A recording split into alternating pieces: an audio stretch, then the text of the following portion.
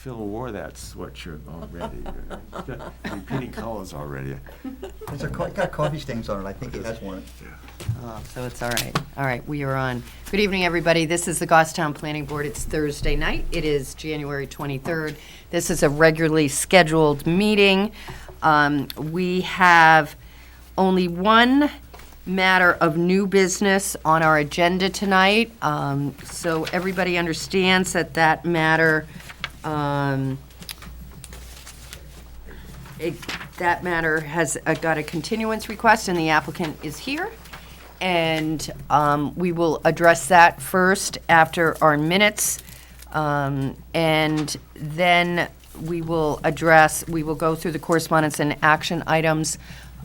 There has been something else withdrawn from the board that Joanne will talk about when we get to it. So as a result, I am looking at what I think might be a short meeting unless we decide to expand all discussion to fit the time that you might have otherwise allocated for this meeting, because we do have a number of correspondence items that we're going to have to address. So the first item I would like to address is the minutes of our last meeting of January 9th. Oh, and Tim is reminding me with the secret signal that I have not asked everybody to introduce themselves. So thank you, Tim, for reminding me that. Joanne, if we could start with you. Joanne Duffy, Planning and Economic Development Director. David Pierce, an alternate member to the board. You okay? I'm just waking up. Pete Georgiantis, Selectmen's Rep. Gayla Breck, alternate and recording secretary. My name is Barbara Griffin. Phil Devanza. Kimberly Peace. Tim Redmond. Jim Raymond, and as school moderator, I invite everybody to the school meeting on September 1st. September 1st. September 1st, not December. February. Not February 1st. As What do in we a have? week from Saturday. Trying to get us not to show up. I am, yeah. And Karen? Karen Hughes. Thank you. All right. Now, I will ask for the board to address the first item, as is customary in all our meetings, which is the minutes of our last meeting. That would be the meeting of January 9th, 2020. Do I have a motion? So, Jim Raymond has moved to approve them. Is there a second? Second. It's been moved and seconded. Is there any further discussion? Seeing none, all those in favor say aye. Aye. Opposed, abstaining, it carries. Thank you, Karen.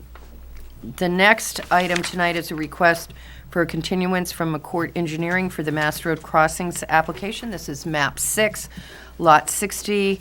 The request is to be continued to the February 27th meeting.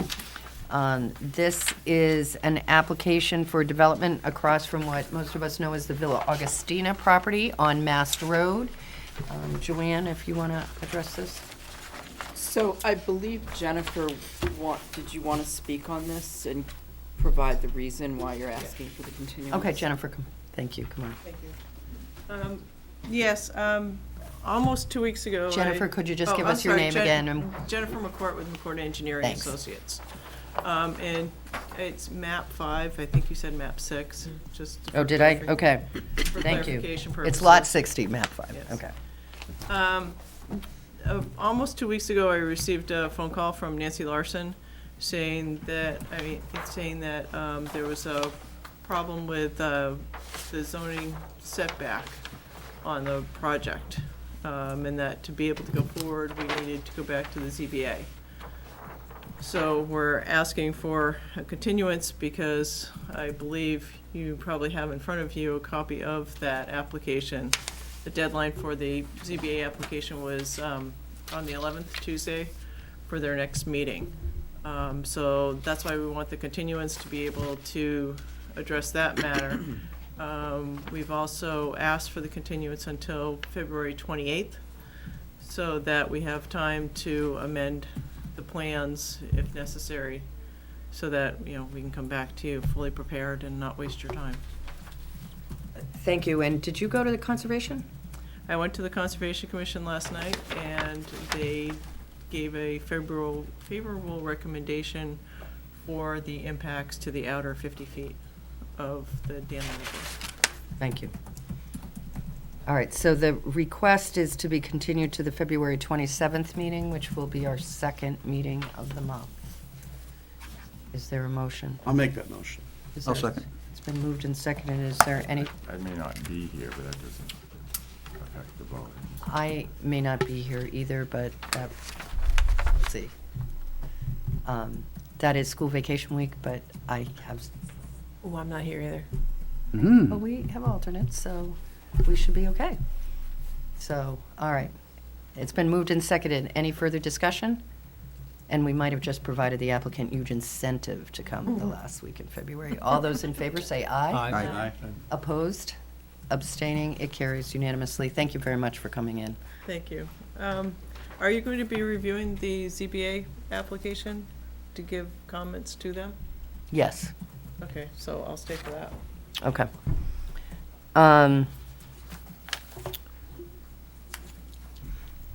The next thing I'd like to address is number 4 on our agenda. No, wait, which one is it, Joanne? Number 3. Number 4 is Jennifer. Is back to Jennifer. Number 3. In your information, you received a ZBA application for a multifamily project requesting 3 variances.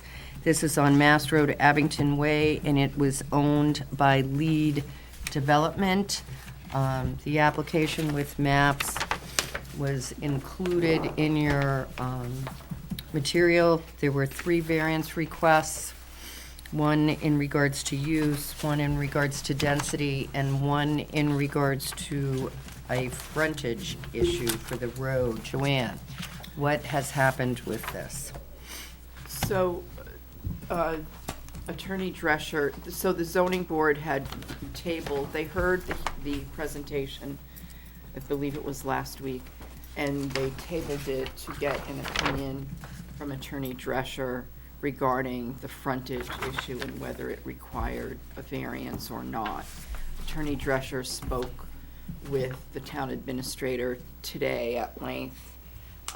And what we've advised the applicant at this point is to just withdraw the review before the planning board at this point, and they're going to regroup, and we're going to get back together as staff with the applicant to go over the entire application, the entire zoning application. So they may be coming here with a different review for you at some point in time in the future, but we're not sure of that yet until we meet with them. So they've actually sent in a request in writing, which I forgot to bring, asking for a withdrawal at this time until later notice. All right.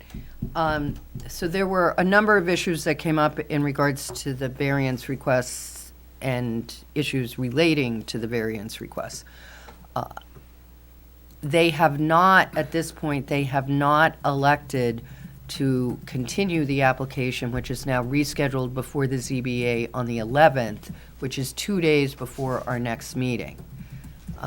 So it may be that if they don't change this, we will see this back with these variances having been acted on by the ZBA. We don't necessarily have to follow what a ZBA does in requests to issues in regards to the oversight, approval of the whole project. And there were some pretty serious issues, so I'm assuming the applicant understands that in regards to coming back to this board. Attorney McLean, Susan McLean? Is that her last name, McLean? Attorney Susan. Jim is supposed to be Clanverne and know who it is that you're talking about. Some attorney in New Hampshire named Susan, and Jim is supposed to She's a know the land last use name. attorney, and I think her name is McLean, has already reached out to me, and we're going to get together next week. Okay. Questions from board members? Tim? So what zone are we in down there? The zone is commercial. Commercial. And do we have requirements on that mixed? Mr. Chair, I'm going to have to recuse myself. I have to recuse myself. So if you're going to discuss this substantively, I'll go sit over there. But I just have some questions and not for discussion purposes. for edification, if that Well. still meets the threshold for you. Well, I'm getting uncomfortable if I'm at the table while you're discussing this. So tell me what to do. Why don't you just step down? I think that will be better for you, and then we can see where this goes. Okay, I wasn't trying Because to once cut you Tim off. opens No, the that's door and fine. walks through, we don't know what house. You we're never in. know what's gonna I come know, out. I know, Yeah. yeah. Part of the fun of this job. So the zone is commercial. Correct. Do we have percentage requirements in a commercial zone for mixed, For mixed use, we do. and that is a mixed-use project? Currently, they are looking at it as a non-mixed use. They are looking to get a variance to add multifamily units on commercial land. Did it not become mixed-use when we approved the buildings in the back? Did it meet the threshold and become a mixed-use site? The buildings in the back, The workforce housing project that went into the back of that project? that was on a separate parcel. That's a separate parcel. The condominium, as it stands right now, when you approve the condominium, the consolidation, and then the condominium project, that was mentioned in the condominium docs as a mixed use. Okay. I just was curious about how that all, I want to get it on the record as how that all laid out. And So currently, as far as what we have as a plan before us, is a land condominium of which a portion is occupied by Franklin Savings Bank, and it has been approved as far as development as a mixed use. It would appear that the variance application is going off the zoning rather than the current plan. Okay. I just want to make sure I Which understood what was we're. part of the discussion that went on in regards to the variance request before you, because that zoning affects calculations. I guess I've forgotten the fact that we separated the two. I always thought that was one total project at one time. Rite Aid is actually a separate lot, too. Rite Aid was part of that But I mean, the project. whole parcel, when they brought the parcel in for development, I thought that was a single parcel. I didn't realize it was two parcels. You're talking about the Franklin Savings Bank and the No, proposed. No, way he's back talking when. about way back when the Oh. house was there. I don't know. When they came in with the sold it. plans It's for the not house. part with- of it now. If it was at one time, maybe, but it's not. We part must of have it now. changed it and voted to change it then, if that's the I case. think Tim's right. I don't know that I was part of the board, but I recall when that house came, it was a woman's house next to Yeah. Bergeron's photo, and all of the property went with the house. And when that originally came in, I think it was one Giant parcel. giant parcel, and I think when Neighborhood Works came in, they got the pieces got subdivided off Oh, and we to obviously get voted for the it. access that they needed for the Okay. parcels. Well, thank you for the answers. All right.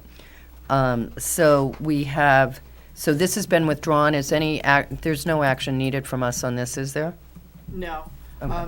Like I said, they'll probably be coming back. It may be the same or it may be different. Okay. Well, would that require renoticing this since they're asking to withdraw the project? So they don't notice with the planning board because they were only before you to get your Right. comments. This is What are not they withdrawing then? What is being asked to be withdrawn? Those, for you commenting on the variance request. thank you. Because they're rethinking Thank you. the whole project at this point. All right, but it was part of your material, so that we may be seeing at a future date. All right, now we are back to the issues associated with the first item we had this morning. Tonight. It's been a long day for me, that there is what Ms. McCourt was here for in regards to Mass Road Crossings LLC that has a ZBA application for condominium development across from the Villa Augustina. And You should all have a copy of that application along with the plan. This one?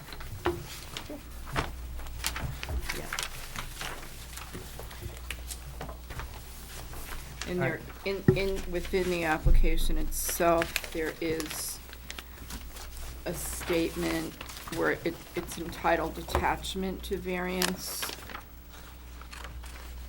And that was, this entire application was provided by Attorney Muller, who's in the audience, or was, is he still there? So this is the presentation to the ZBA where it's basically arguing the fact that the applicant does not believe a variance is required.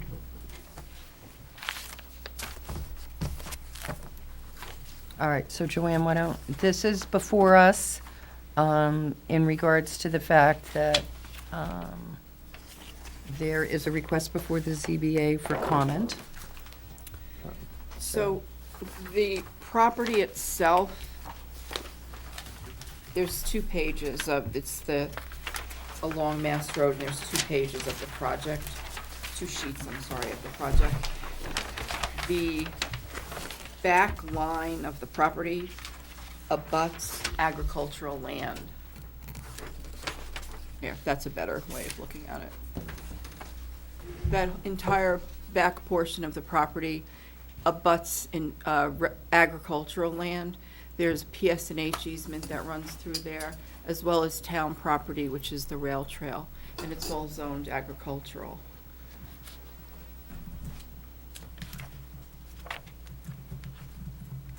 The code enforcement officer is saying that because our zoning ordinance requires either a 50-foot setback or taking the largest building along that boundary, which is, I think it's 108 feet, and then multiplying it, there's a formula. So she's basically saying that rather than needing 25 feet, which is the normal setback, that they require 54 feet based on that formula. However, it says from a residential zone. And the property behind here is not a residential zone, it's an agricultural zone. And then, with the board's permission, I'd like to ask Joanne a question.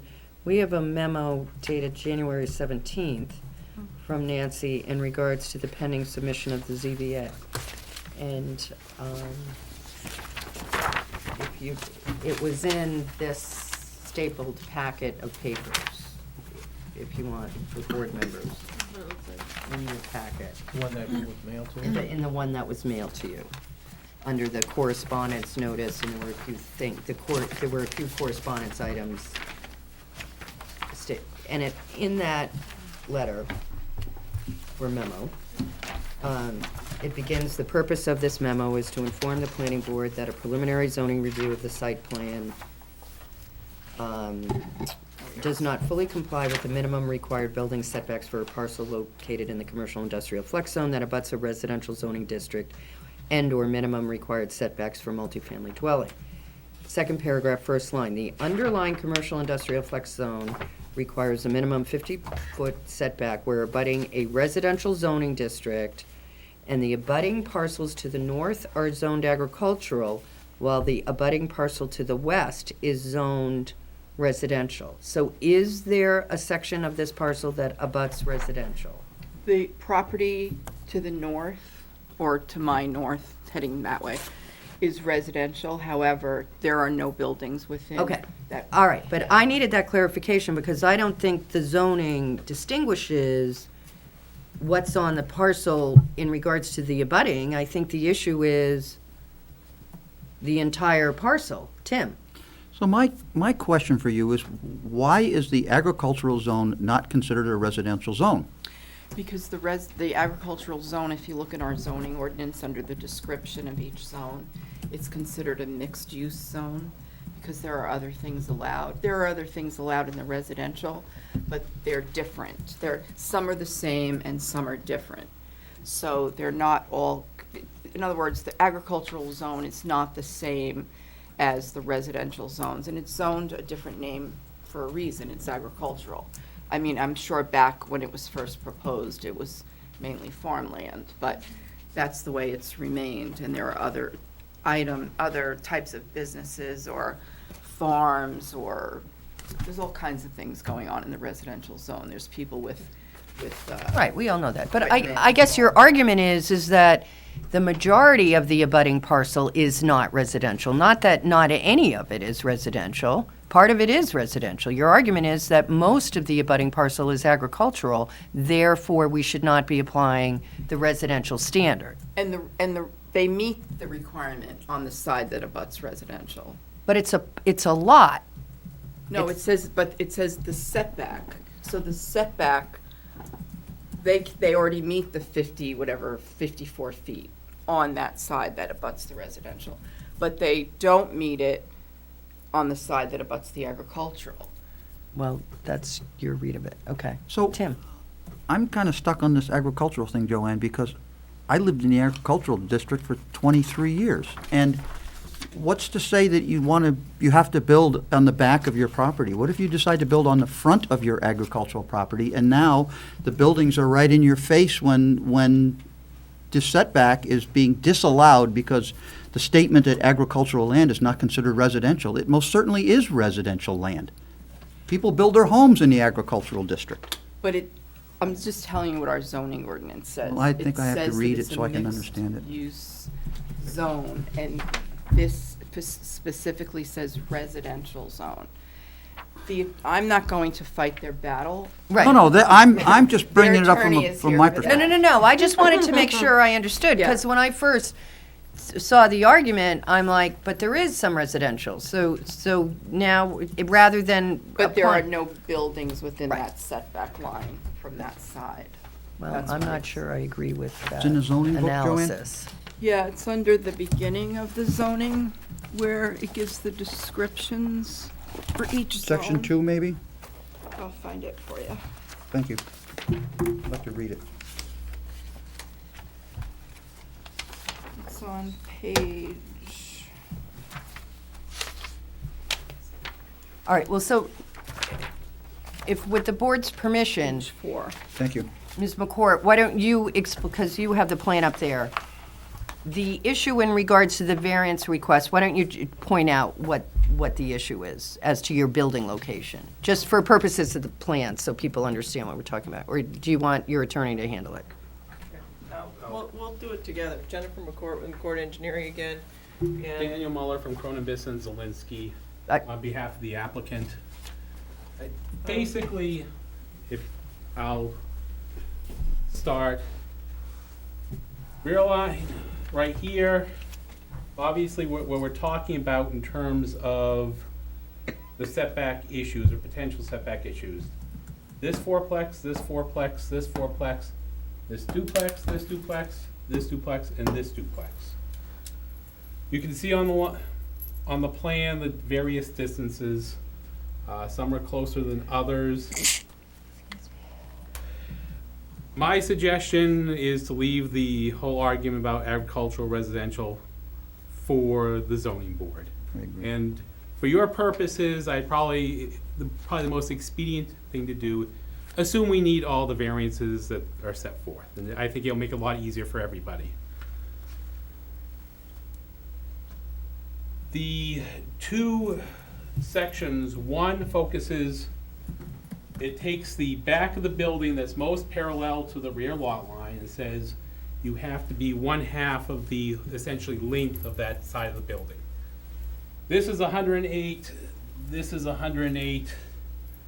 So that's where the 54 comes from. Yeah. These are about 54, so you're talking about 27. Same thing with this. I think for this fourplex, arguably the one that's most parallel, because that's what your ordinance talks about, is this side, which also would be closer to the 54, so we're talking about at least arguably 27 there as well, and that would seem to fit it. So at the end of the day here, what we're talking about is this, and this, being closer to this rear lot line, given the two alternatives that are in play. If this is considered a residential zoning district, you have the 50, you also have the multifamily, the what I'll call the alternative, which is the one I just described, about half the length of the most parallel side. The other complication here, and I'm not gonna ask you to deal with it tonight. Footnote 4, of your dimensional requirements section is the 0 yards for condominium developments. This is a condominium development. Candidly, I don't know why there's a 0 yard, but yards for zoning purposes always refer to space between structures and property lines. But, again, for purposes tonight to sort of facilitate the discussion, let's just assume that these generally either have to be 50 or at the most 54 from the lot line. Well, how much? 30? Oh, sorry. How much are you off? If you look at the plan, they vary. This one, if you go to the stairs, is 25. If you go to the foundation, is 30. It's about another foot on this side because that's the way the thing lies. This one, 13, 28 to the stairs, 33 to the foundation, 12, 33 to the stairs, 38 to the foundation. This building, just so it's clear, 50 to the corner there. I think this one actually complies. So I believe, again, this line would come into play. And 50 is the most you'd require there, otherwise it'd be 27. Over here, 26 and 32, again, depending on whether you're going to, actually on this side it's a little closer. It looks 30 and 25. This one is 25, no matter which way you go to, whether it's foundation or stairs. And 4 is 32 to the stairs, 35, it looks like, to the building. So, again, for the commercial industrial flex zone, the usual setback is 25 feet.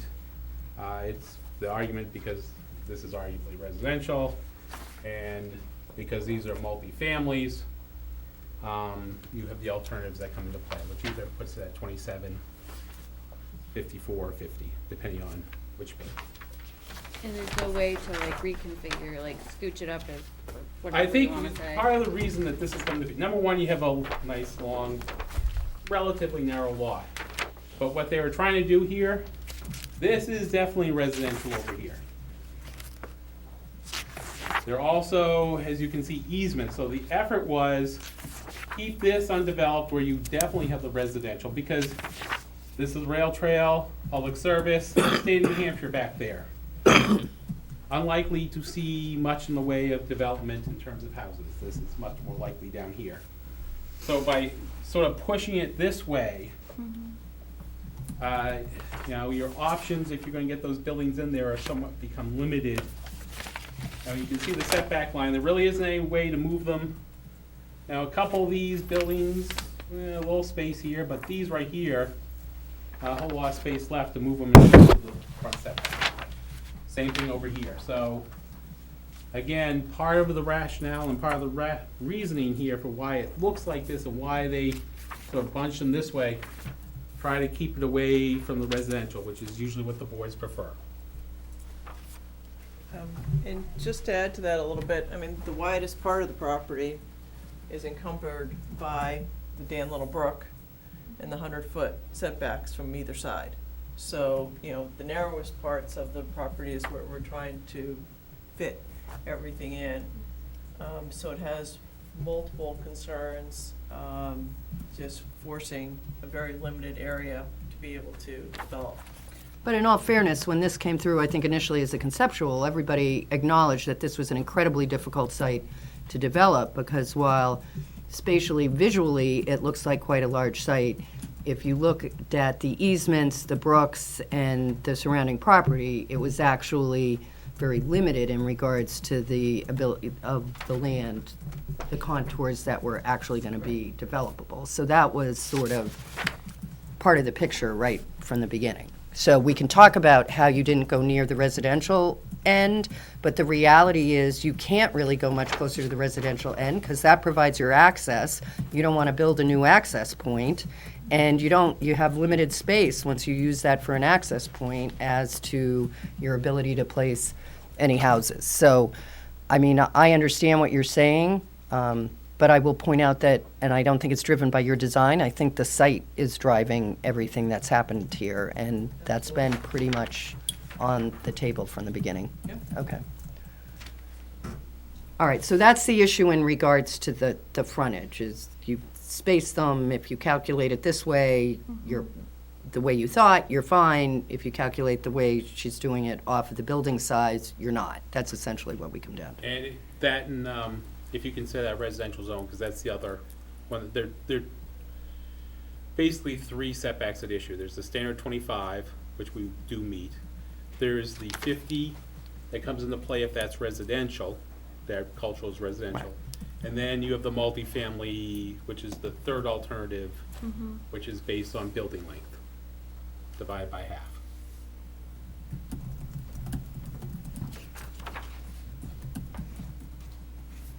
Okay.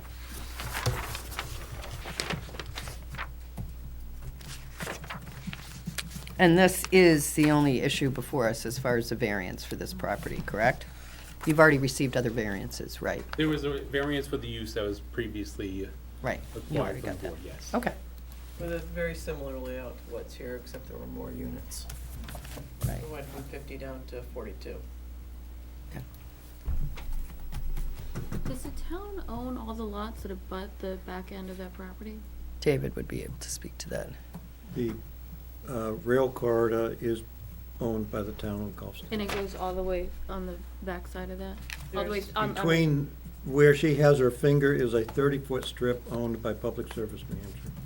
But I mean, the rail trail Yes, goes, the rail trail goes all the way. okay, And then DOT owns this parcel here. so, okay, so it's not like the individuals own those parcels? It's not like they could be developed with infrastructure, buildings. It's a town-owned land with a 30-foot strip by Eversource, which is not buildable, Okay. though there's communications lines running through it. Isn't the sewer interceptor there? It's on the rail trail. That's what I mean. Yeah, so you have a sewer interceptor under the rail trail. Okay. I see the fives and the threes and the six. What that applies to. I don't either. Board members, do you have thoughts on this as to comments to the ZBA in regards to this request? Tim? So I'm looking at the table that Attorney Mueller asked us to look at, and it's note number 4, 0 yards as part of the condominium project. But those notes are denoted within the table, unless I'm seeing it wrong. It seems like, wouldn't it be noted in there alongside of the commercial flex, industrial flex zone, which is what we're talking about, sir?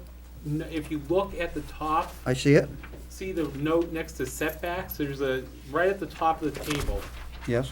Minimum There's a- setback requirements, Yeah, and up there, there's a little 4 in parens. yes. That's footnote 4. That's the reference to footnote 4. And are you referencing that it applies to everything in the column?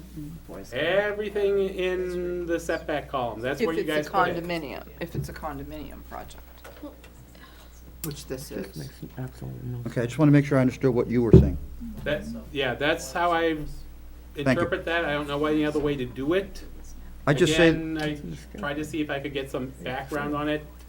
I just noted that in Candidly, I don't specific, know why it's there. I don't know the origin of it, so I I can't just- give you too much more than that. I'm just noting that the other ones are bracketed within the chart as opposed to the heading of the chart. I think that this is the way I would read it. If it's within the chart, that's because that specific note applies to that specific provision within the chart. As opposed to the 4, which was for setbacks. Again, I wish I could tell you more. I wish you Why could. that footnote 4 is there, but I can't. Okay, thank you for the clarification. Well, And too late for us to address it this year, so we've already done our warrant, but it looks like something needs to be addressed with that. And the gentleman primarily responsible for much of our zoning ordinance has moved out of town, so we can't ask him, so there you go. So, this is all part of our procedure where variances on plans that will come before the board come here for comment before the ZBA considers them. This is, I'm assuming, on the ZBA next meeting. So the board can decline to comment, or make a comment in regards to the request.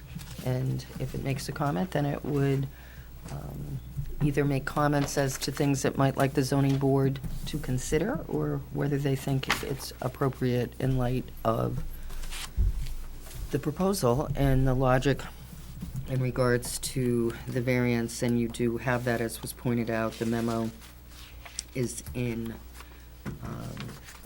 your packet. I'll just say in regards to variances, because we're seeing it, is that I think we're seeing an argument that all variances for houses should be granted because there's a housing need. I'm not sure that that's really an argument. An excuse. And there's an argument that substantial justice would be done because of the economic loss to the applicant. I'm not sure that's a valid argument, because as I pointed out, the issues in regards to the development of this site were quite known, were known at the beginning of this process, and were evident from plans on record prior to any transfer.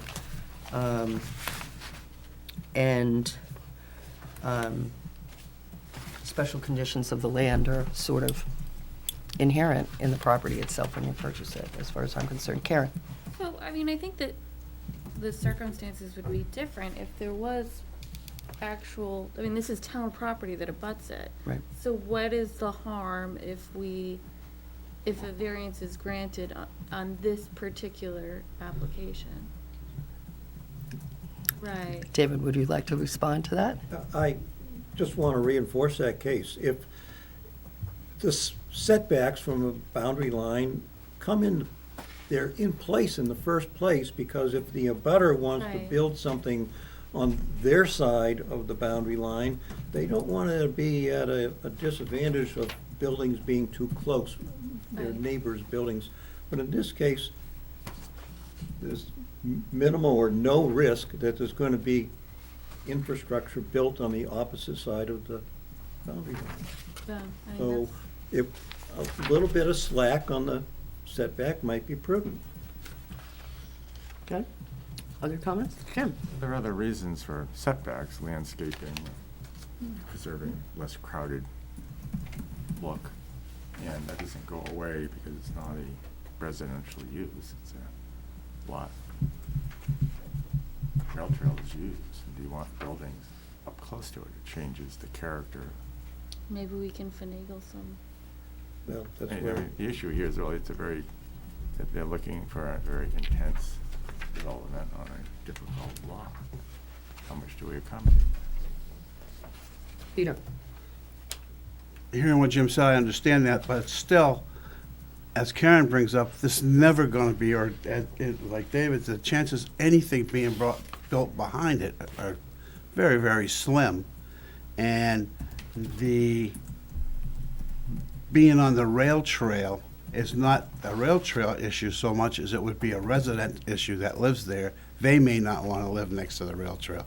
But as far as I'm concerned, and I think what I heard from David is, I don't think that it would be a big deal if there were, those units were, what was gonna be the end? Was it 50 feet or?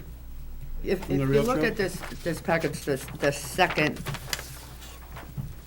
one actually gives you a pretty good depiction of the distances. Tim? Dave, does the rail trail have its own designation, or is that considered part of the agricultural zone? Part of the agricultural zone. it doesn't have its own zoning. So it's not its own zone? Wherever it flows through some designated zone, that's what it is. So the actual possibility of someone building a home in the agricultural zone behind it, you also add the setback that the building provides, plus you add the width of the rail trail to that calculation? I'm not trying to follow you on that.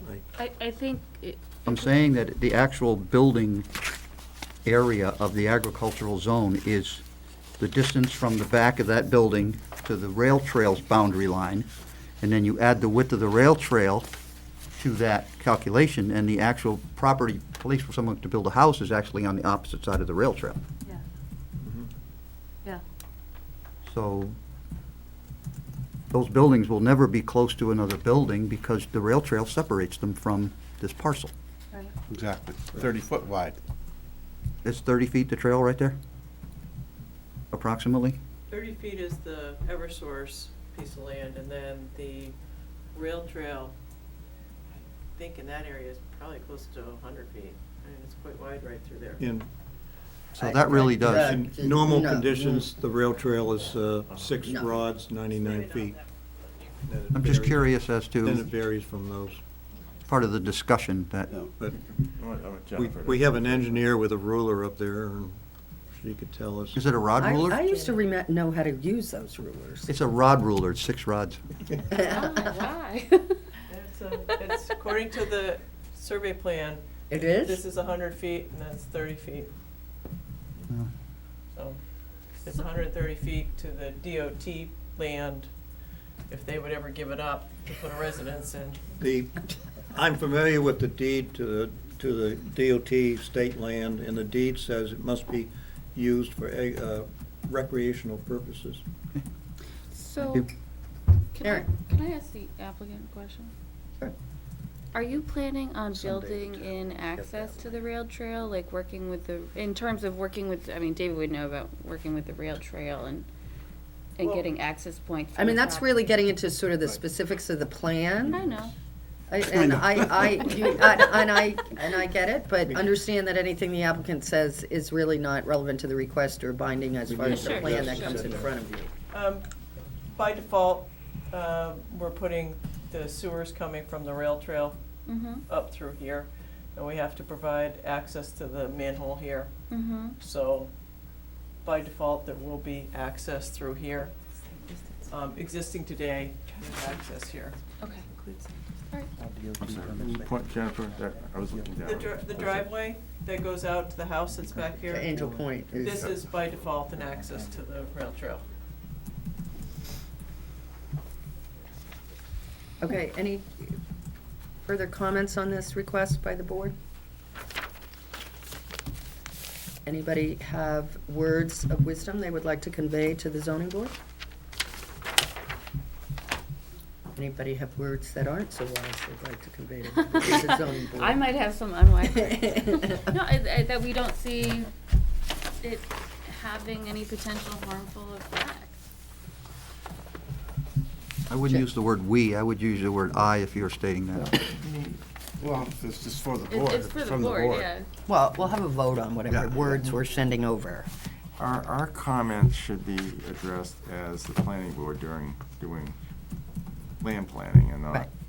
and in light of what we typically review, and, which would be a site plan consideration among other things. And if you were to so desire, I think the statement to the ZBA would be, we don't see this as a planning issue that adversely affects the project in our consideration of it, something like that. Well, thanks I for don't- wordsmithing I don't it. think we want to be saying, yes, you should grant variances. Right. It's just not a good policy for this board. It's a more neutral statement if you want to go there. I'm not sure I want to, but I could be easily outvoted on this, I can see.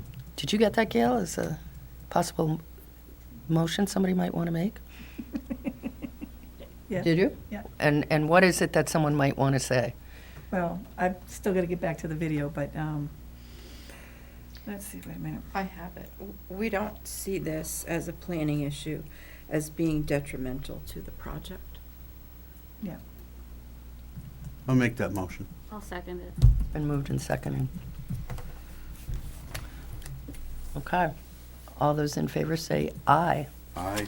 Aye. Opposed? Hmm? Who's opposed?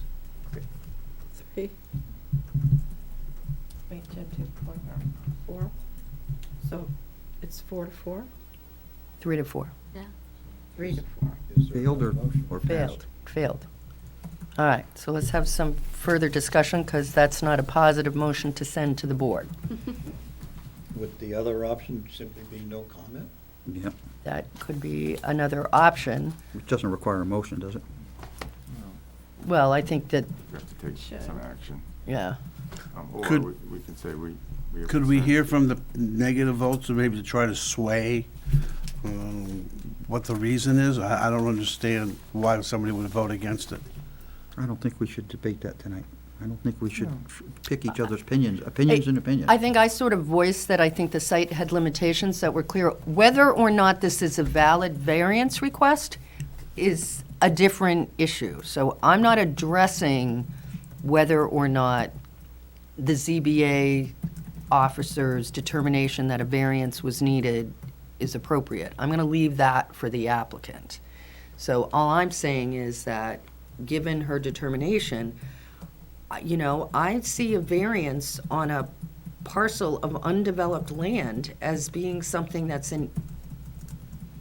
very necessary for use of some kind of the site.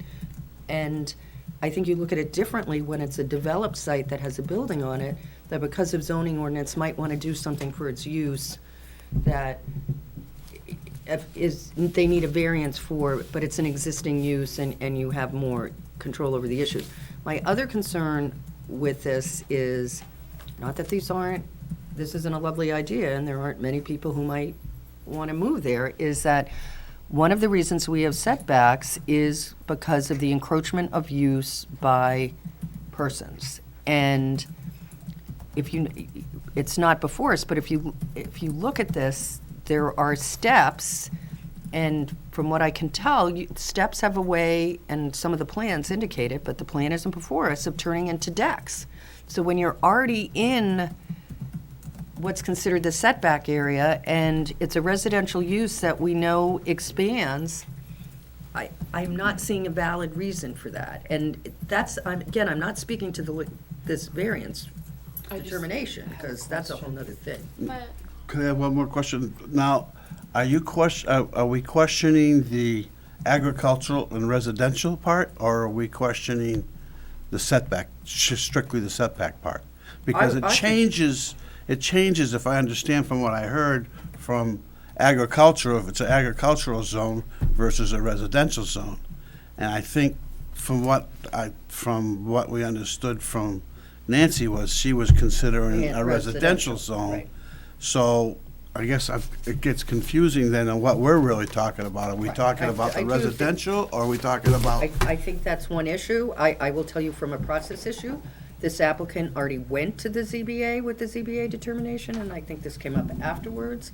But that's not before me. I just wanted to remind the board about the footnote of the 0 yards as part of a condominium project that hasn't really been discussed. Because according to our zoning ordinance, if it's a condominium, it's 0 yard setback. So I don't know where that fits into all of this, Yeah. but. Let me address Peter's question first, is we establish setbacks as really a minimum standard, and it's not a planning, I don't think it's a good planning policy to look at each project and say, well, how can we vary those, reduce them? No, our zoning ordinances set arbitrary lines. We've set one in our ordinance. And as a planning board, I don't think, once we start saying we're gonna look at each project individually and say, well, we'll let them change those, we've just thrown out our setbacks. They have no meaning. So if we're gonna have them in the ordinance, I think we have to apply them absent the strict standards of a variance, which includes a hardship for use, but not necessarily this use. I don't think they can meet that. So I think as the policy of this board, it should be to encourage that setbacks be respected, not granted. My recollection of the 0 lot line, although side yard rather, it was distance between buildings, and that was partially a fire safety issue. The wording, as Mella pointed out, is not very good, and we should address that. But if I recall, that was the purpose of that, not setbacks and sidelines. How we interpret it, I don't know, but that was my recollection of the intent. Kimberly? So I guess I was a little confused. It doesn't seem like we've actually established what the zoning is that's applicable here. And so we've gotten different numbers that are applying to different zones based on whether or not we have a setback of X or Y or Z. So it's hard for me to comment on that because I don't feel like we have any specifics. And the applicant has given us, the numbers, but I agree with what Jim has said, that if we have zoning ordinances and we have setbacks that we spend time developing and discussing, it's not enough. I get the argument that we may never have houses back here, so what does it matter in a sense? But it does matter because these are our rules, and the site is a difficult site, and so they're trying to get the most that they can out of it. But the most that you can out of it means you fit it in with our rules, not the most that you can out of it, but then you come in and you ask for variances. And I don't agree that it's an economic hardship, and I think their argument is actually counter, which is that houses are selling in Goffstown, so you're not going to have problems selling these. So the economic picture for me doesn't impose a hardship that you need X units to get this project to work, because you came in and asked for a variance to put residences in a commercial zone to start with, and now you're trying to maximize profit, essentially. And we have setbacks for a reason, so. Karen? But the purpose of the setbacks is to ensure that there's adequate spacing between houses, and there is no issue with this. Well, I would counter that it's not necessarily distance between houses, it's distances between lot use. Sure. Okay. Sure, but what I mean, regardless of how you describe it or define it, this isn't an issue in this case, in this particular parcel. Kimberly? But I disagree, because what's happening then is that we are having the more units on these parcels than our rules allow. So they're asking us to give a variance, they're asking the zoning board to have a variance on what is allowed here. And that's not what we've always, that's the whole reason why we set these things out. It's a unique site, and it's one of the reasons why it hasn't been developed in a long time. So. Wait, it's more units than? Well, right, I mean, we can only comment on the plan that they give us. We Right, can't right. re-engineer their plan. Right, But right, they've right. come in and said, we think this works, but we need a variance. Well, how about you bring us a plan that says we think this works and it meets your rules? Gotcha. They've already cut down units out of it. I'm just saying, they already cut. Now, I happen to have a little bit of experience with setbacks, as lived on the corner of Tibbetts Hill Road when they were building the school.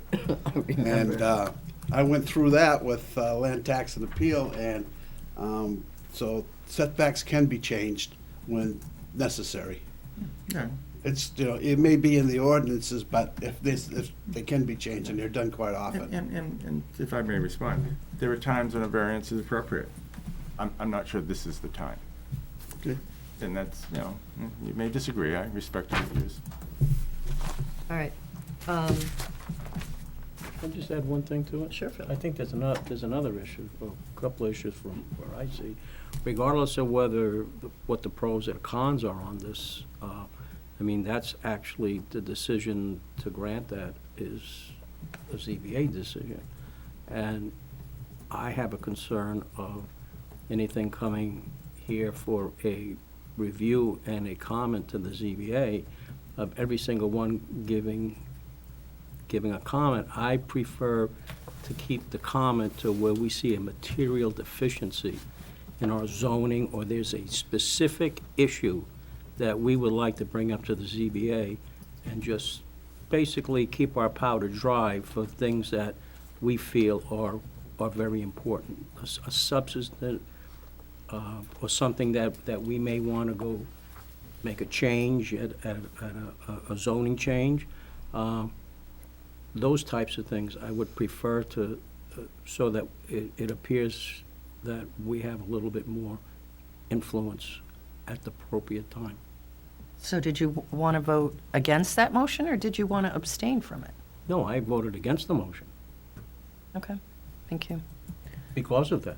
All right, thank you for explaining. Any further discussion? All right, I'm not seeing any further discussion. Why don't you write a memo to Nancy saying a motion was made to recommend, which failed, and no further motion was made. Not to recommend. We didn't, To recommend, and it failed. we didn't. not Recommend a that- comment, you mean? No, that, we made, the motion was not to recommend, the motion was to, Find that there was no Planning issues. planning planning issue. issues. But just to be clear, that doesn't say that Nancy's right as far as the residential and the agricultural. Right. Correct, We that's need to why make- I said, yeah, we her need to make determination sure is a that- different yeah. issue. That's a completely We're not different taking a issue. board position. We're not taking a board Right. position on that. Right. No, I'm very clear on that. Okay, so send that over to Nancy, and ZBA can do what they will. Okay, thank you. Thank you for coming. And can Ms. McCord, if I can just say, can you do me a favor at some point and tell me that I'm out of my mind in counting your buildings? Because when I looked at the first page of the traffic report,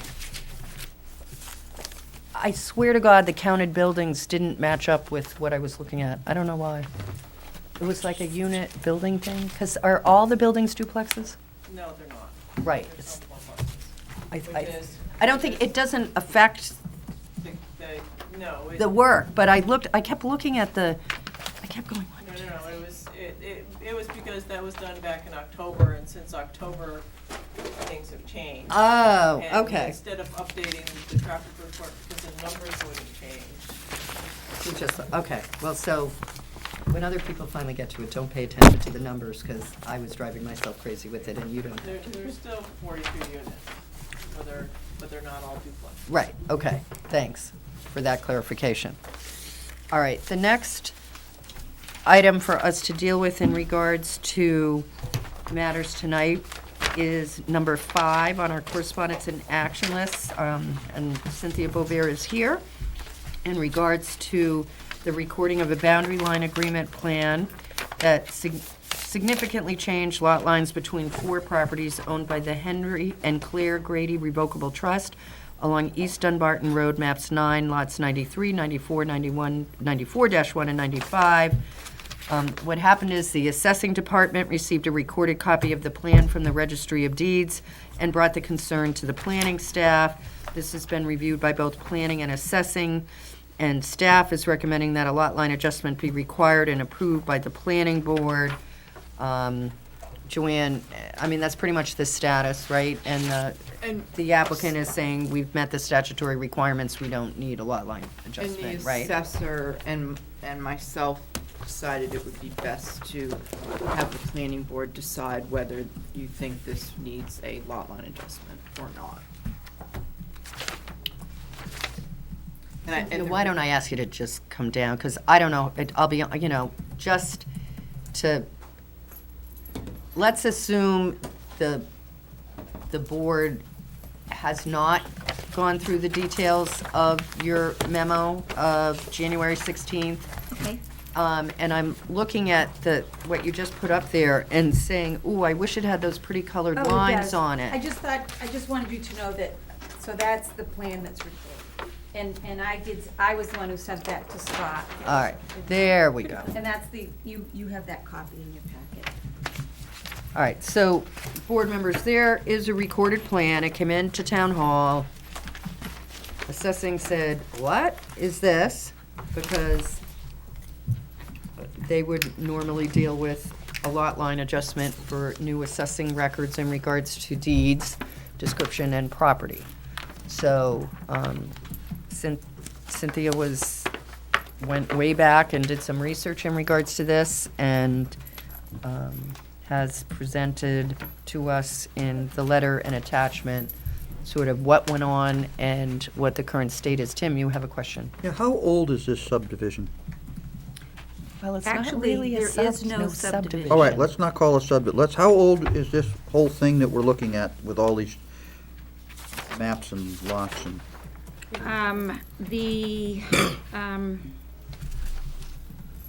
Okay, the Grady family owned, various members of it owned the yellow, green, and orange, Cynthia Bovier, Arago Land Consultants.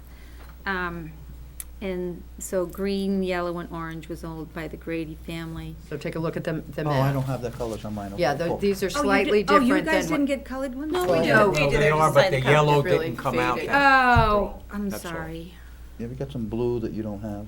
Yeah, the yellow is very. There's Okay. a little, Her Blue green is is our green. blue, yeah. Oh, okay. So the green, yellow, and And orange.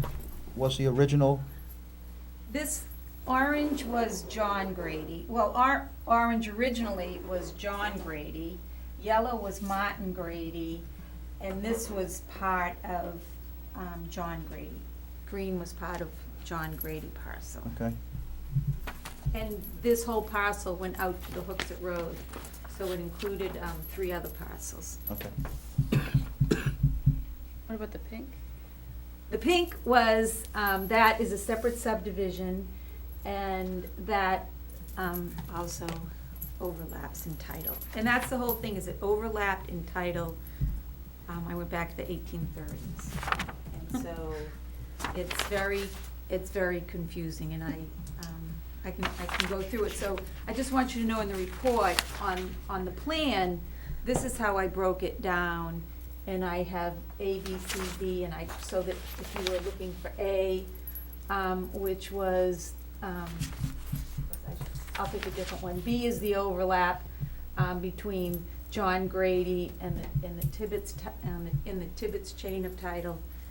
So I tried to, so if you were reading this, you could look down here and find the appropriate, oh, there's A right there, A, B. So that's how I did it. When I wrote the report, I didn't go back through what I had on the plan. I tried to do it perhaps chronologically, so Right. you could use the plan and this report and this. There's a lot. So. a lot. Tim? So to answer my own question, it looks like maybe 1987 according to these documents. that Oh, are- no, the mess really actually goes back before that. Yeah, it actually goes back to, part of it started when, in the 1830s. So between- we're not responsible for this mess. This No, is not our nobody, doing. actually. That's what you were getting at? That's what I'm No, trying to we find have out at the end of the nothing to do spring. with it. Maybe No. Jim might know about it. Yeah, I think I was on the board in 1930. Yeah, no, I don't think that, I don't think anything If I untoward mentor. had been done, but as the family wanted to, sell, as you know, we were here on Grady Hill Road, and then, and I thought this parcel that they owned over here, I thought, oh, this one's got all these record plans, we're gonna be all set. I was like, oh my gosh. So we've just been doing a lot of talking for quite a few years, and then all the parties involved came to this agreement. So, Karen? so what would be the new, lines? Do you have any of those? Well, the I do, other, and that would have been, that's why I brought the black and white one. So, Oh, that's the proposal, okay. and the problem is, I don't think, Joanne, you can correct me if I'm wrong, Scott and Joanne didn't have a problem with this. This is 4.5 acres, that there's overlap there. The problem was with lot 993, that it's here, and now the parties have agreed that it's over here. This is as you can see, the wetland goes around it. Tommy's house is here. He has been, I mean, it's all family, cousins and everything. He has been occupying it, but there really wasn't anything between this plan that overlapped and this wetland over here. So it was sort of, let's just fix the whole thing. We have to fix the title. Let's set it that way, that we all can agree where we want it. And as I told Scott and Joanne, for whatever reason, Tommy wanted his property lines to go well into the swamp, so he could go into the swamp if he wanted to. And they were all like, well, you can go in the swamp anytime you want to, but, so that What's he is- doing in the swamp? Well, you know, this time, Don't go there. Tommy likes the turtles. he likes the turtles, Okay. There he is- patrols the area on Right, he his does. four-wheeler, he's a Take great guy. great Cult B at best movie on the swamp thing. That's why you go in the small. Yeah. Jim? Jim, speak. So- I'd let Cynthia finish, because she's more erudite than I, but I have some comments. Okay. So there were several things, and I'm gonna first go to the record plans, because I think that as surveyors, and probably what you're used to dealing with is the record plans. So Rudolph Campbell did a plan of the blue-green little lot right here, and he prepared this plan for John Grady. Which you've got, if you go through your packet, you've got a lot. Cindy, You do. That is Plan 22, I forget how many twos are in there, 2229. Wait, 22, You can 229. wave it in front of us so we can see which page it is. Okay, thank you. That's Tommy's property. It says That's John. Tommy's property. But it says yes, John. Kimberly's got a question. Do we have to go through all of these land parcels that are listed? Because I guess I feel like if everybody's agreed that they all agree to this, why do we have to go through the history of how we got here? No, that's not the issue. Jim? Well, the issue here is, I see it, and Cynthia can correct me. One, she did a lot of work, and since I do Right. real estate work, this is good work.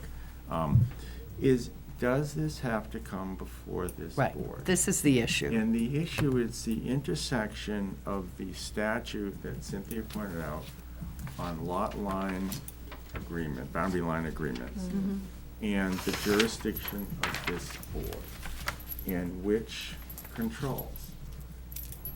I have to admit, there's no case on this, I can argue both ways. You'll have one after this, though. Well, we could. No, They're in 'cause agreement. I don't think there's a substantive issue here on the lot line as drawn. Maybe there is, but I haven't seen it yet. It's how do you get there? And a lot line adjustment, if you'll let me speak for a minute, is designed, the statute describes it, when the boundary line is in dispute, the parties can establish it, they have to record a plan, they have to set monuments, there's some requirements in the statute. That's to establish a disputed boundary, which we stretch to be when you're not sure where it is. But then you've got planning board jurisdiction and the definition of a subdivision, which includes divisions of parcels of land or re-subdivision of land. And does that control this process? My view, if you ask me, is the boundary line adjustment agreement is a way to establish title without deeds, because you don't know who owns it. So you don't have to go through the process of conveying land. You can say, this is the boundary, and you establish a plan like this, you record it, and it establishes who owns what. But that does not take us away. It doesn't trump, I shouldn't use that word anymore. That shouldn't take priority use it. over subdivision. It's still, we still have, under the definition of subdivision, jurisdiction over where lines are drawn. And there are a lot of good reasons for that. One is we may say, no, you've created an unbuildable lot. We're not going to permit that. Two, under the tax assessors statute, they base their lines on what comes from this board. So if you can just record a boundary line agreement that is a re-subdivision, you've drawn new lines. The typical boundary line agreement does not involve something of this scale, and it usually doesn't go, my lines are not there, it's over here. This is boundary line agreement on steroids, and you can say, well, the boundary line statute controls. I disagree. I think you still have to come before this board. And, from the comments, we'd probably say, yeah, we approve, and we can waive requirements, but I don't think you can do this without the board's approval. Cynthia has a different view, I know. I don't like to argue with her, because I usually lose. Other members? Kimberly? Okay, so I guess I'm a little confused on, isn't she before us right now for approval? No. Just for This is an discussion. issue that came up in the planning department as a result of the assessor receiving this plan and wondering why it was coming into his office that way as compared to how it would otherwise with the lot line adjustment approval out of this board. And so the planning staff, assessing staff, believes that it is appropriate that there be a formal approval by the planning board of a lot line adjustment request. And the applicant disagrees, so we're having a discussion to give the applicant and planning staff some direction as to what is expected. Karen? And so the reason not to go through the subdivision process is time and money. Yeah. No, I honestly do not believe we fall under the lot line adjustment or the subdivision. Because I gave you RSA? the RSA 472-1. As a surveyor, where is the boundary line between these parcels? I could give you what lot 93 is, Tommy's lot. I can give you what John, the Henry Grady Trust parcel is, and I could give you Mr. Tibbetts' parcel. But when I put them all together, they all overlap. So as a surveyor, I cannot say that is where the boundary line is. There's definitely an overlap of title. When we first started this, we went to an attorney, and it was asked, can we just hold these plans and be done with it? And he said no, because it's in the legal descriptions. And when you go back far enough, let's say and it gets worse. So the problem with Mr. Tibbetts in the pink section is that I forget when it was, her name was, that's an easy one to do. We're talking about the pink area? The pink area. Lawrence? The Boussier? No. Lawrence Funson? Pink. It was pink, it was Boussier, but it wasn't her fault. It was Florence Rumfrey, that's her name. So when she bought the land, it came around here and it came up here and it just went shot out this way. That's the way the description went. And then when she bought it, it didn't come all the way over here. But then when she sold it, all of a sudden there was a little bit of a stone wall here. She went over here like 60 rods over to this corner of the stone wall, and she said, that's what I own. So, you know, it's like, I'm like, okay. Don Duval, and it matched the description, it matched what was out on the ground and everything. And when I went to visit Don Duval, you know, I was asking him about that, and he had shown, and you have this, his original plan, it shows a little bit of barbed wire fence here, a little bit down here. Bob Todd subdivided this. He had this label of 2,100 feet on his deed sketch. He's showing the barbed wire fence that he located with a question mark next to it. So it's like, and so when I went to talk to Don, he goes, oh, you're right. I'm like, and so I said, he said, what do you want to do? And I said, I think we can only do a boundary line agreement. And he goes, I will support you in whatever they need to do. It didn't get that far going to Don because the owners of the property agreed as well. So now we get to Tommy's piece, which I think is really the big problem. This plan was created by John Grady in 1987 or 88. 87. 87, thank you. That was the one that was signed, right? Yes. He didn't own this property. Right. So he created this plan, and in the deed, he said, you know, that I created this. I'm like, oh my gosh, and I'm talking to Tommy, and I'm talking to Hank Grady, and then they start telling me stories. I said, don't tell me any more of what else he has done. I think you're all set. You're all set because Henry T. did yours. But it's just like, give me a break. So, Oh, yeah, you're in this mix too. No, I'm not in this mess. no, he's not in this. I'm not mess. in, I'm on the Everybody corner. over here is all I'm on set. the corner. You're on the left side where Yeah. the lines extend. I'm on the clean side. I have a clean deed. You have a clean deed, the Lemire, everybody else is all set. The Desbians are all set. So it was just, what was going on in here?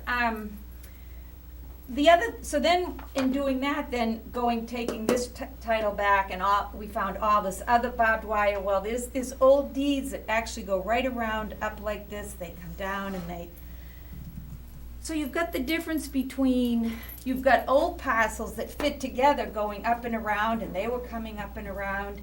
And then all of a sudden, Martin Grady is saying, and I'm going by, let's just say, land of Barreto, Tibbetts, John Grady, and that's it, to the road and then back.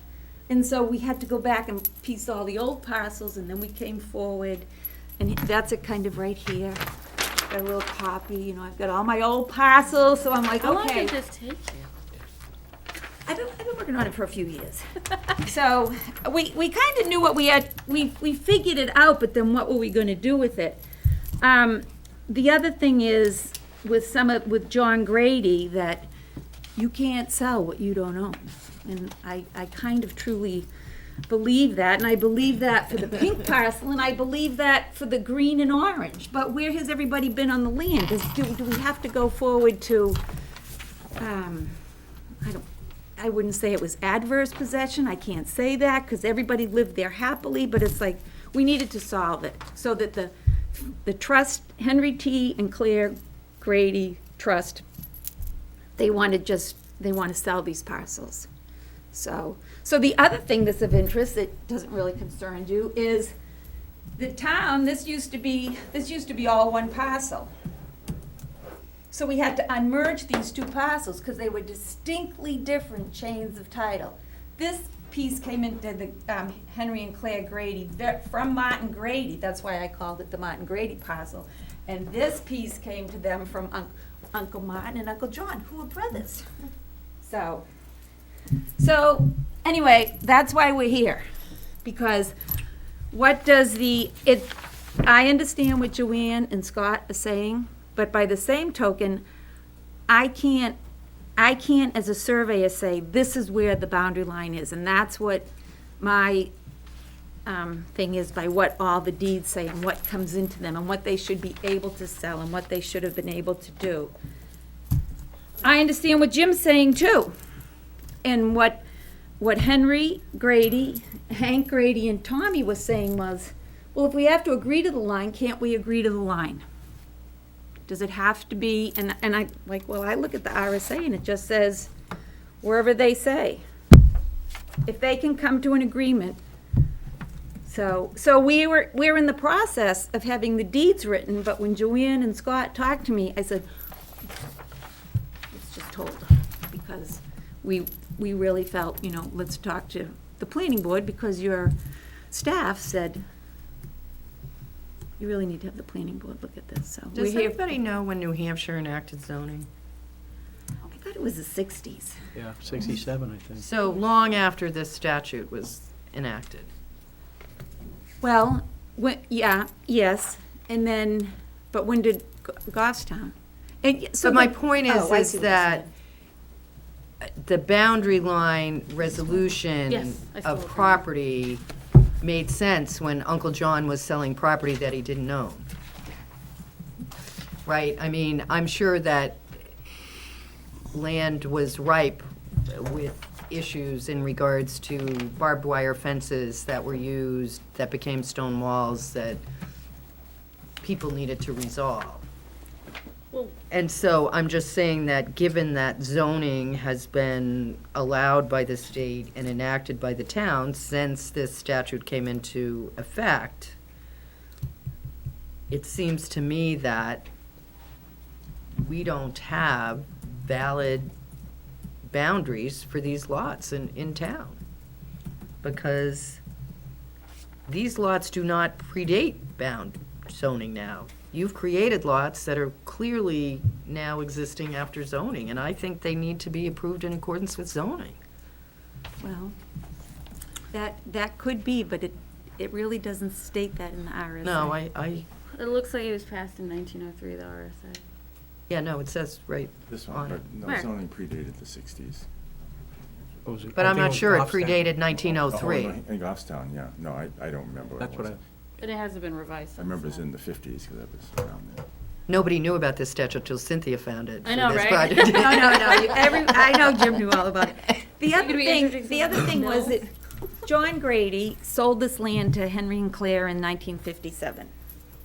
30 years later, he creates a corrective deed. I'm like, of what? How do you do that? Because they agreed to it.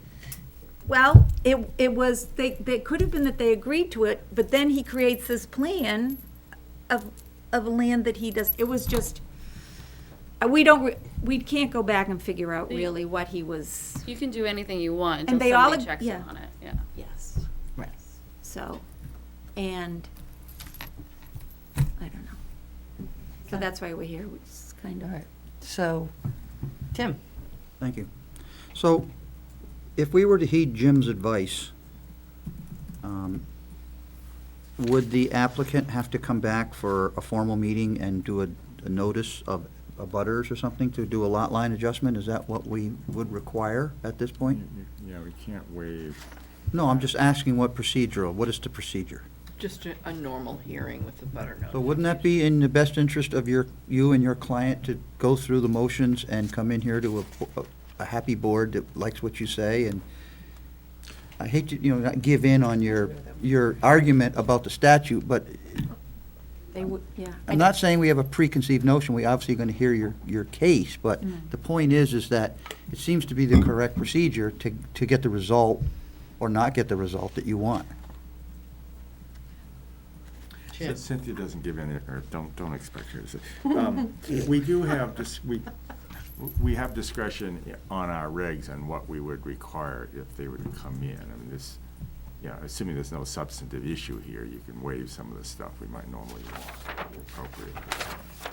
I'm still suggesting it has to be now. Yeah, I'm not as concerned with mapping of the wetland boundaries or a lot of that other stuff that we might want to see on it, because I think wetlands might be the big issue in any sort of, but I think I would like to see a formal plan approved by the planning board with boundaries that not only have been agreed to, but are legally recognized by the town in the form of assessing deed records. And frankly, if people are thinking about selling this property, I mean, they may know a lot of cash buyers around, but I don't know what a mortgage lender would do with this for a purchase. I mean, For title search? Well, it's all stated in the RSA. Yeah, have you, And yeah. that no, because we've got the plan, and then we have meets and bounds and boundary line agreement deeds, and that's where we are, that they get recorded and it's done. No, I understand that, but my guess is if you go to most mortgage officers, none of them will have seen a request for a loan on a lot that was established according to RSA 472-1. I have a plan in Hollis if you want to see it. Really? Probably worse than this one, yeah. It's like, they go all over the place. Yeah. So it is common. I mean, Okay. and, again, they're all big lots and they go out all over the place and it's like. Right, because it No, was it's back, in everybody place, agreed, they but- just did it. All right, board Yes. members. I think she has an interesting argument that I am not prepared to address without having more information on it. I'm going to make a motion that we find that this does require approval of this board, legal subdivision, or re-subdivision. Is there a second? I'll second. Go ahead, Kim. Kimberly seconded. And I'm not thinking of the requirements of a subdivision off the hat, but the expectation would be that the board would be generous in regards to requests for waivers in regards to any subdivision approval, because the purpose of this is really for the delineation of lines, not the contours or the quality of the property. Okay. So it's been moved and seconded. Is there any further discussion? The only question I have is really what's the harm in going through the subdivision? And I don't. Do you mind if I Cost. ask?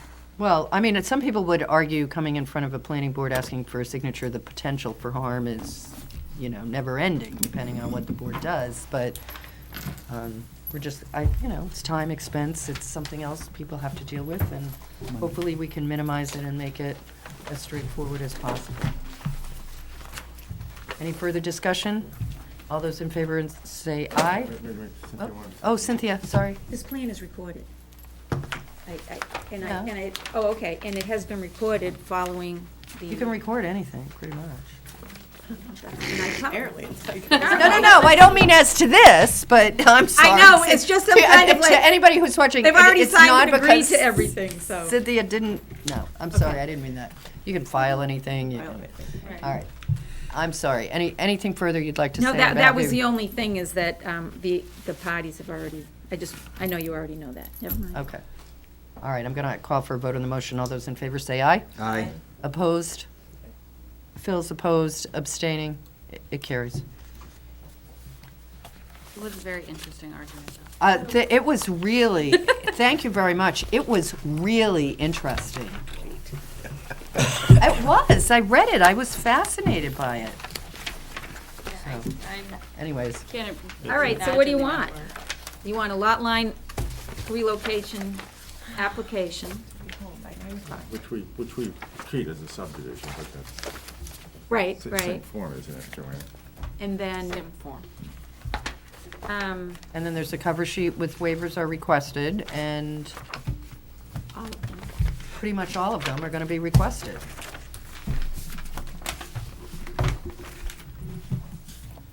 Because really, the purpose of this is to, comply with zoning regulations and, further codify the agreement of the parties, right? This really isn't, And unless we have, I would say that we have the authority to say, no, not in this case necessarily, because if you look at the statute Cynthia gave us, the parties can set their lines by agreement, where you can imagine what mischief that could give them. So we're not obligated to say, yes, you reached an agreement, we're gonna approve it. Having said that, I don't have a particular problem with this application, but I don't want the surveyors to say they can come in with any of these and we'll just say yes. No, that's not the issue. We still want a chance to review it. Having looked at it, I don't see an issue with it. right, I mean, Cynthia presented a very complete position as to why her clients did not think it was necessary. So there really isn't a lot of question as to what happened or what she did in helping her clients reach an agreement, so, all right. Thank you. All right, the last item, members, is a determination of whether a site plan is required to add a carport to Classic Exterior Business located at 197 Mast Road. You have in front of you Goffstown Planning Board Notice of Decision of Site Plan Waiver Request. We just talked, this goes back to 2003. Could No. someone help me find this line, 'cause Oh. this map here is like, where are we? So, you know where Auto Planet used to be on West Road? No, you need to, because that's a whole group of buildings. So are we talking about the building that is the metal building that's next to the old Animal Rescue Lead? I don't know. what That is now I think the the- on this Wicked map- Salon? I think this map here, the existing building here, map 26 lot 5, is the old Animal Rescue League. It's now a salon. Right. And then there's the next building up is where the insurance, State Farm Insurance was in there for a while. And then the next one, It used to be a car, the building in question was a car lot for quite a while. there's about 4 of them down there. Yeah, I mean, the problem is, And then- Joanne, there's 4 of them. So work from, as Tim And says, next to it is a building with, it's a long skinny building with a red roof that's kind of, yeah, it's the State Farm. Where State Farm it's the Insurance old- used to be. That was Riley's. okay, so And- it's south of that, It's the one that was vacated recently and they've been remodeling it? yes. It used to be Auto Planet. Okay. I know where it is. Does anybody else know where it is? I couldn't remember that it was Auto Planet. It has a separate sign out by the road. Yes. Okay. And if you remember, when Auto Planet was in there, there was a problem with drainage going Right. over. Going over the back rear. bank. Yeah, correct, okay. So the people who purchased it have a business, I think, in Hudson, and they're planning to eventually add on to this building to make it larger and actually put up a sign and everything. But currently, they're just using it for some office space and some storage. And so they went ahead and started building a carport at the rear of the building. It's open on the sides, it's just a normal carport, but it's attached to the building. And someone drove by and saw it, I don't remember who it was, and said, hey, you know, there's something going on. So I spoke with them and said, you may need to get your site plan approval from the planning board for that addition. The building in the front where it says proposed previous building addition, Yeah. which was the one from 2003, that did come before the board when it was owned by Michael McLean, McLean Enterprise. And he asked for a waiver of site plan, and that was granted in 2003. So, in the meantime, the new owner of this property has gone out with Sarah and made several improvements to that drainage issue. And haven't heard anything since he did that as to complaints or anything, so hopefully that's all working.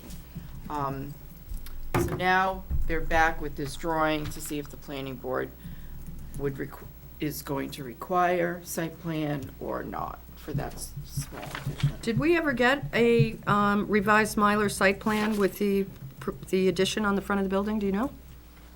For that 2003? Yeah. No, because it was waived. No, it said required see. the No, I applicant to don't know. submit a revised Mylar site plan. Yeah, plant trees.